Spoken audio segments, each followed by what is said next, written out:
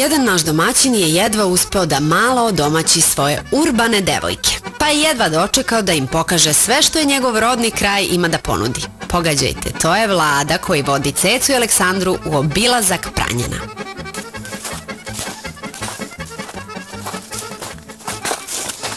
Vlado, ovdje je prelepo. Ja sam odlučio da vas dovedem da poznate Etno i Jeftovića. Prelepo izgleda još odavde i prelep je vazduh i pejzaž. I prepoznao si šta nama treba. Idemo da posjetimo Etno. I ja se nadam, Vladimire, samo se pitam, zar ti ne tražiš ženu koja više radi, a manje šeta? Fenomenalno, totalno. To je pravo selo za odmor. Ali pogled odavde ovako. Da, pogled je... Znači, savršeno.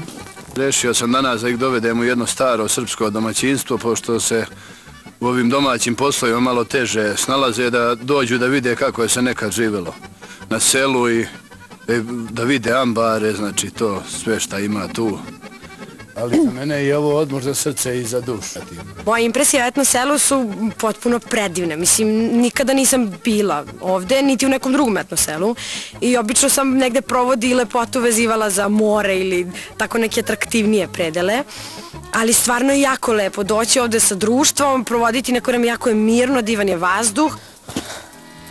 Dobar dan, dobrodošli, izvolite. Imam neke goste. Dobar dan, kako ste sam Aleksandra?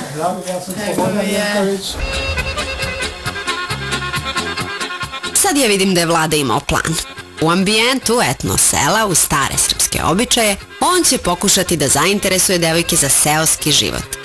I bog me, čitavi Pranjani su se uključili u promociju sela.